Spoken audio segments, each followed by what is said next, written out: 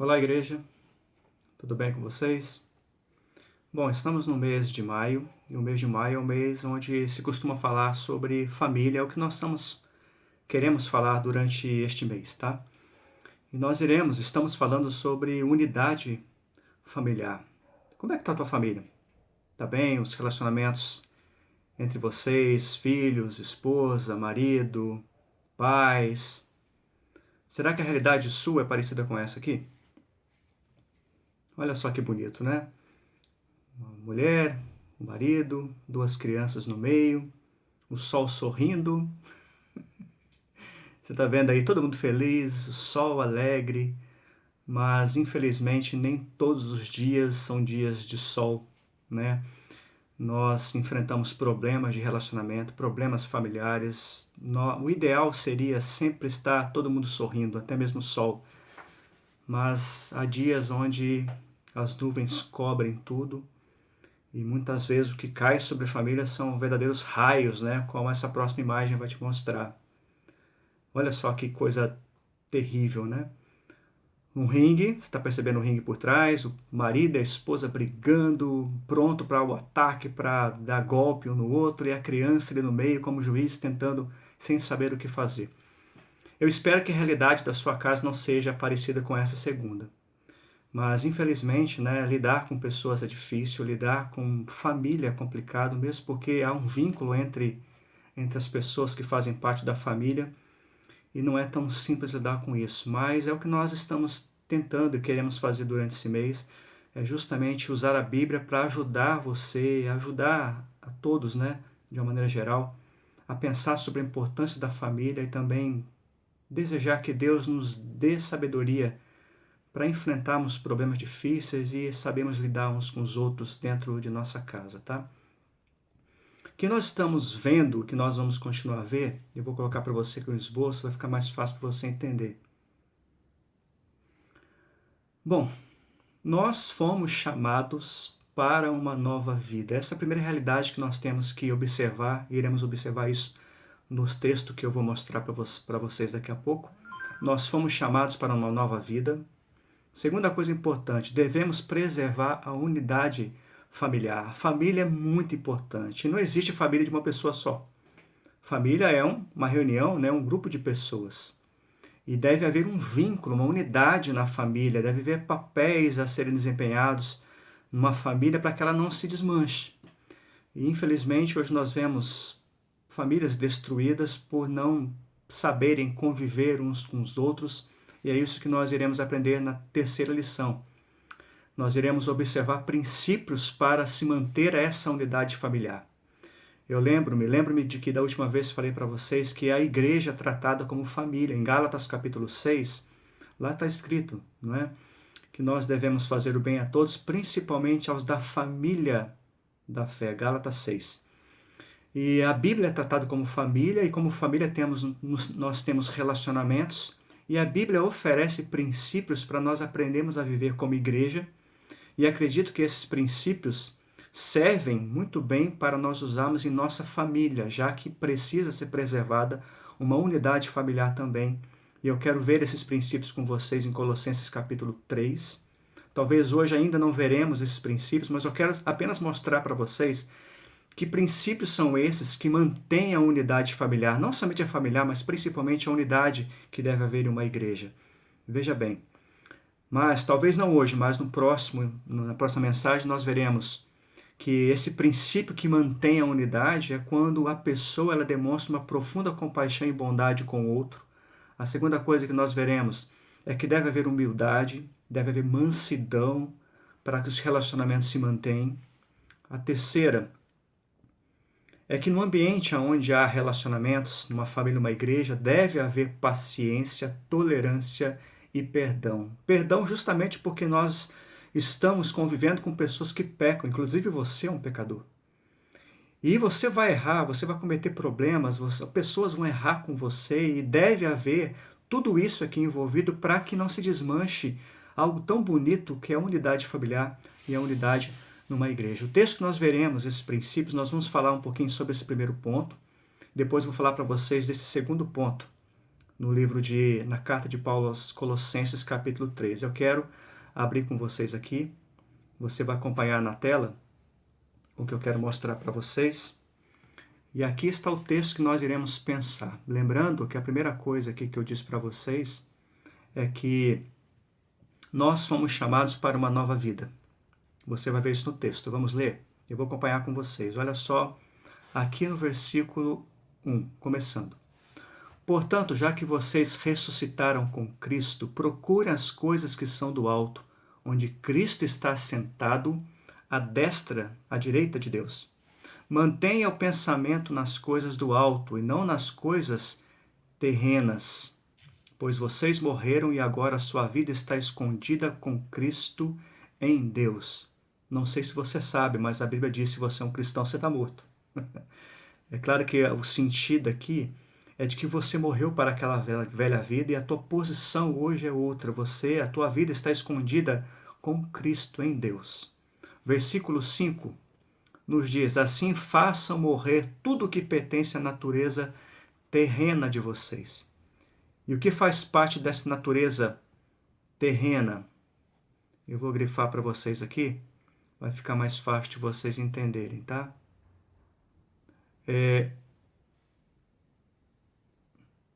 Olha só, ele fala aqui, façam morrer tudo que pertence à natureza terrena de vocês. Imoralidade sexual, impureza, paixão, desejos maus, ganância, que é idolatria. Ganância é o desejo por riqueza. Versículo 6, é por causa destas coisas que vem a ira de Deus sobre os que vivem na desobediência. Versículo 7, as quais vocês praticaram no passado, quando costumavam viver nelas. Olha só, ele fala de uma vida que nós temos hoje com Cristo, nós estamos assentados com Cristo, é a nossa posição, mas ainda vivemos aqui, ainda sofremos por causa do pecado. Por isso o apóstolo Paulo nos diz no versículo 5 que nós devemos fazer morrer tudo que pertence à natureza terrena, nossa natureza terrena, as coisas que pertencem ao pecado, não é? Ele diz no versículo 6 que estas coisas é que façam que a ira do Senhor venha sobre os que vivem na desobediência. Desobediência que possivelmente se refere àquelas pessoas que não creem em Cristo. Tanto que no versículo 7 ele responde, as quais vocês praticaram no passado, quando costumavam viver nelas. Pessoal, uma coisa é você fazer essas coisas, né? É ainda cometer certos pecados que não deveria. Outra coisa é você viver nelas, como diz o versículo 7. Essa prática do pecado não deve haver em nossa vida. Aí no versículo 8 ele diz o seguinte, deixa eu apagar aqui. Versículo 8 ele fala, mas agora abandonem todas estas coisas, ira, indignação, maldade, maledicência, linguagem decente no falar. Não mintam uns aos outros, visto que vocês se despiram do velho homem com as suas práticas. Mais uma vez ele diz aqui para nós, só um minuto, ele diz que nós, já que vocês despiram do velho homem com as suas, olha só, práticas. E ele diz aqui, costumavam viver nelas, coisas que pertencem à natureza terrena. Ele fala que nós despimos do velho homem. Perceba que no versículo 5 ele fala de um monte de pecados aqui, uma série de pecados, imoralidade, impureza, paixão, desejos maus, ganância e idolatria. Mas aqui no versículo 11, deixa eu apagar aqui, ele fala de uma outra lista de pecados. Não sei se você percebeu, mas aqui no versículo 8, ele diz, ira, indignação, ele fala também de mentira. A diferença desse segundo grupo de pecados que o apóstolo Paulo lista aqui é que esse segundo grupo diz respeito a pecados que se relacionam, pecados que dizem respeito a relacionamentos. É o que nós cometemos contra o outro, não é? ira, indignação, maldade, maledicência, linguagem indecente no falar, mentira. Estas coisas estão presentes na sua família? Como é que vocês conversam uns com os outros? É na base da gritaria, a mentira, maldade, um falando mal do outro, é uma guerra constante. Lembre-se o seguinte, se você é um filho de Deus, isso não faz mais parte da tua nova natureza. O que Paulo nos diz aqui é que nós somos uma nova pessoa em Cristo agora, né? Nós vivíamos isso no passado, agora é uma nova vida. Ele diz também, vamos continuar, não mintam uns aos outros, visto que vocês se despiram do velho homem com suas práticas, ou seja, aquela roupa suja do pecado antes de Cristo foi jogada fora. E ele fala, e se revistam do novo, qual está sendo renovado em conhecimento à imagem do Criador. Isso aqui é muito importante. Ele diz aqui que nós estamos sendo... Eu vou marcar de vermelho aqui para ficar mais claro ainda, olha. Imagem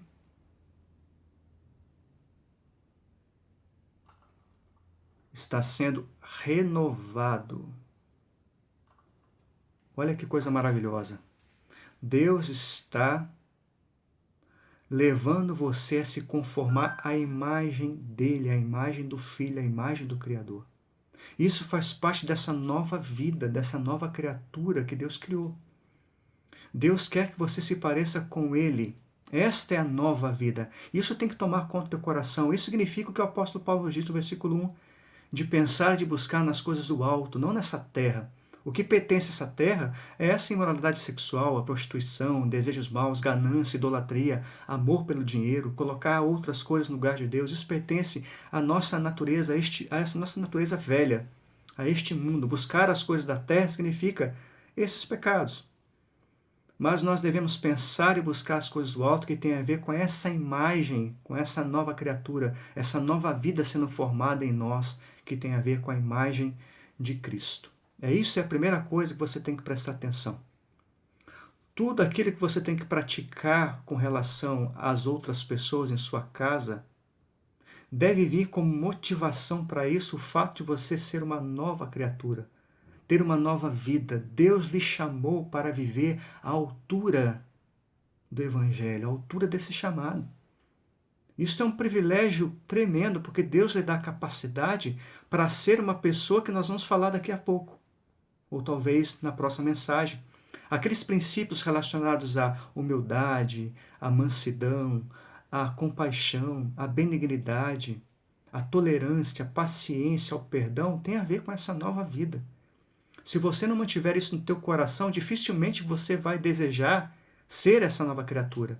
Pense em Cristo, pense no que Ele fez por você. Essa é a primeira coisa importante. A segunda coisa importante é que o apóstolo Paulo vai nos dizer que quando Deus nos chamou a essa nova vida, Ele nos colocou no corpo. Olha o que diz o versículo 11. Nessa nova vida, já não há diferença entre grego e judeu, circunciso e incircunciso, bárbaro e cita. Bárbaro e cita aqui eram povos sem cultura. Cita aqui era um povo desprezado, era um povo da ralé, né? Não há mais diferença, quando ele diz aqui, ó, não há diferença entre escravo, livre, mas Cristo é tudo e está em todos.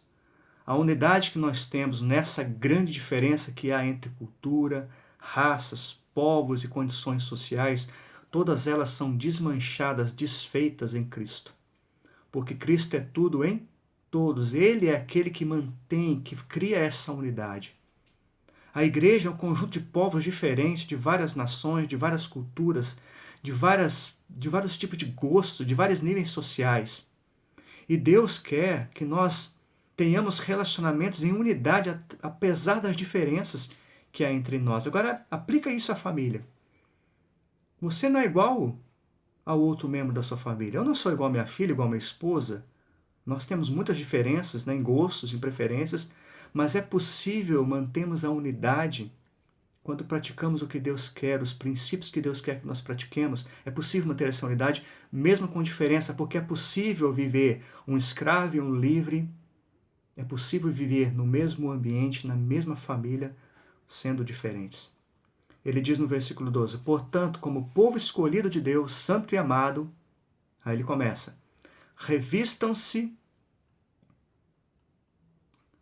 portanto, versículo 12, como povo escolhido de Deus, santo e amado, revistam-se de profunda compaixão, bondade, humildade, mansidão, paciência, suportem-se uns aos outros e perdoem as queixas que tiverem uns contra os outros, perdoe como o Senhor lhes perdoou. Todo o tratamento que nós devemos dar ao outro tem como base a nossa imitação do que o Senhor fez. Ele não está formando em você a imagem do Criador, não é o que nós acabamos de ver? Então nós devemos perdoar como fomos perdoados. O tratamento que nós temos que dar ao outro é a maneira como Deus nos trata, com graça. Ele vai dizer, eu falei para vocês no domingo passado, né, que nós somos um povo escolhido, um povo santo e um povo amado. E é com base nisso que os nossos relacionamentos têm que ser relacionamentos de amor, relacionamentos onde esses princípios bíblicos que nos levam a sermos parecidos com o Criador têm que ser praticados. E essas diferenças que ele fala aqui, de vários povos, várias culturas, vários níveis sociais, vivendo numa mesma igreja, essas diferenças elas são suportadas, consegue-se viver apesar das diferenças quando nós prestamos atenção nos princípios que o Senhor nos deu, que ele vai falar aqui. Olha, revistam-se de profunda compaixão, nós nos despimos do velho homem, estamos sendo renovados no conhecimento, a imagem do Criador, para que nós possamos nos revestir de profunda compaixão, bondade, humildade, mansidão e paciência, suportem-se uns aos outros e perdoem as queixas. Bom, aqui é um relacionamento complicado, tá vendo? Porque há queixas que precisam ser perdoadas. Todos os princípios que o apóstolo Paulo coloca aqui são princípios que devem ser praticados num ambiente, numa família onde as coisas não são tão agradáveis. Por isso que é importante você ser uma pessoa dessa, para que não se desmanche a unidade familiar. Versículo 14. Acima de tudo, porém, revistam-se do amor, que é o elo perfeito. Que a paz de Cristo seja juiz em seus corações, visto que vocês foram chamados a viver em paz como membros de um só corpo e sejam agradecidos. Olha só o que ele diz no versículo 15.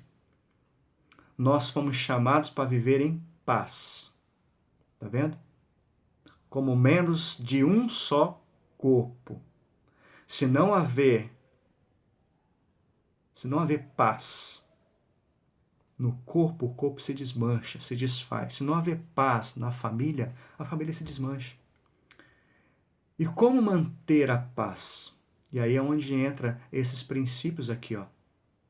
Compaixão, mansidão, paciência, perdão, tolerância. Isso é extremamente importante para que essa unidade familiar, essa paz exista.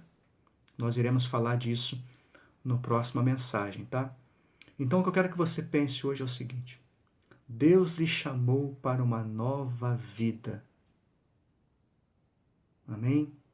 Você está sendo levado a ser conforme a imagem do Senhor.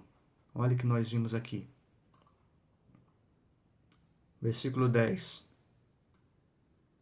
Imagem do seu Criador. Você tem que ter em mente que Deus lhe chamou para viver à altura desse chamado, da posição em Cristo, do fato de você ser uma nova criatura. E para quê? Deus lhe colocou em uma família, igreja, e uma família onde há membros também em sua casa. E para que essa unidade seja mantida e preservada, é necessário que você seja uma pessoa de profunda compaixão, benigna, humilde, mansa, paciente, tolerante e que saiba perdoar como Deus o perdoa em Cristo. Nós iremos falar disso na próxima mensagem, mas não adianta nada falar desses princípios se você não vê a importância de ser uma nova criatura, de ter essa nova vida, de não viver mais essa vida terrena, essa vida que peca. E nós pecamos quando gritamos, quando caluniamos, quando falamos mentiras, quando agredimos o outro. Isso não faz parte dessa nova vida em Cristo. Mas também você precisa entender que Deus não somente te chamou a essa nova vida, como também Deus lhe colocou num corpo e lhe colocou numa família, para que você desempenhe o teu papel, para que você mostre nesta família, para que você preserve essa unidade através desses princípios que lhe faz ser parecido com Cristo. Bom, por hoje é isso. Eu espero que você pense profundamente, leia novamente o capítulo 3, pense nisso. Você foi chamado a uma nova vida, e uma nova vida que se relaciona com pessoas diferentes para que essa unidade seja mantida. Na próxima mensagem nós iremos falar desses princípios para que você possa praticá-lo. Deus abençoe e até mais.